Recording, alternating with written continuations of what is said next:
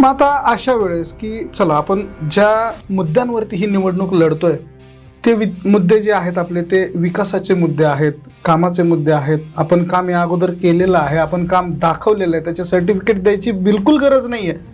पण मग असं होत असताना आपल्या गावातनंच आपल्याला जर का असा मोठा फटका बसत असेल तर निश्चितच ही एक खच्चीकरण झाल्यासारखी बाब आहे. या गोष्टीकडे तुम्ही कसं बघता आणि आगामी काळात या गोष्टीला काउंटर करण्यासाठी काय काय उपाययोजना तुम्ही शोधलेल्या आहेत? नाही, त्याच्यामध्ये असं झालं, आपण म्हणतो ना प्रामाणिकपणा अति असला की त्रास होतो.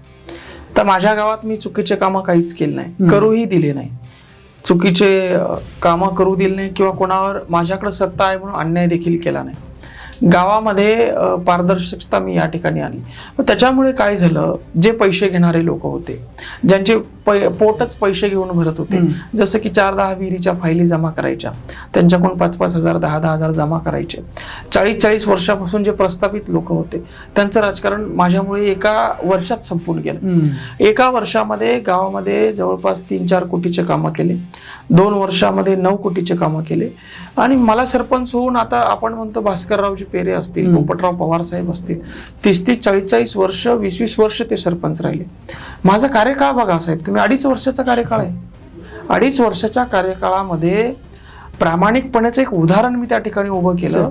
त्याच्यामुळे ज्या लोकांच्या पोटावर पाय पडला, माझ्या गावातला एक माणूस या खिशामध्ये भाजपचे पैसे घेऊन फिरत होता, या खिशामध्ये काँग्रेसचे पैसे घेऊन फिरत आणि समोरच्या माणसाला यांचा भाजपचा देत असेल तर भाजपचे पैसे घे, काँग्रेसला देत असेल तर काँग्रेसचे घे, सावळेल करू नको.